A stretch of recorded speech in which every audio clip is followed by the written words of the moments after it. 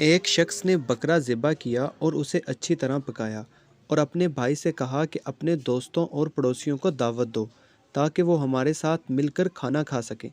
اس کا بھائی باہر گیا اور زور زور سے پکارنے لگا، اے لوگو، ہماری مدد کرو، میرے بھائی کے گھر میں آگ لگی ہے۔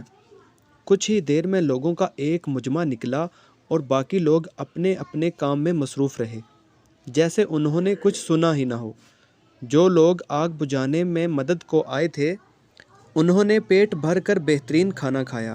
تو وہ شخص بڑے تعجب سے اپنے بھائی کو دیکھ کر کہنے لگا، یہ جو لوگ آئے تھے میں تو انہیں نہیں جانتا اور نہ ہی پہلے ان کو دیکھا ہے، پھر ہمارے دوست احباب کہاں ہیں؟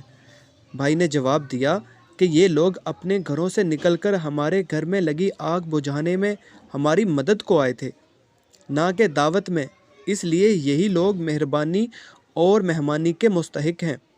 جس کو تکلیف کے وقت اپنے ارد گرد نہ پاؤ اس کو دوست، بھائی یا پڑوسی کا نام مت دو، اور جو تنگی کے وقت تیرا ساتھ دے وہی آپ کے حقیقی دوست اور رشتہ دار ہیں۔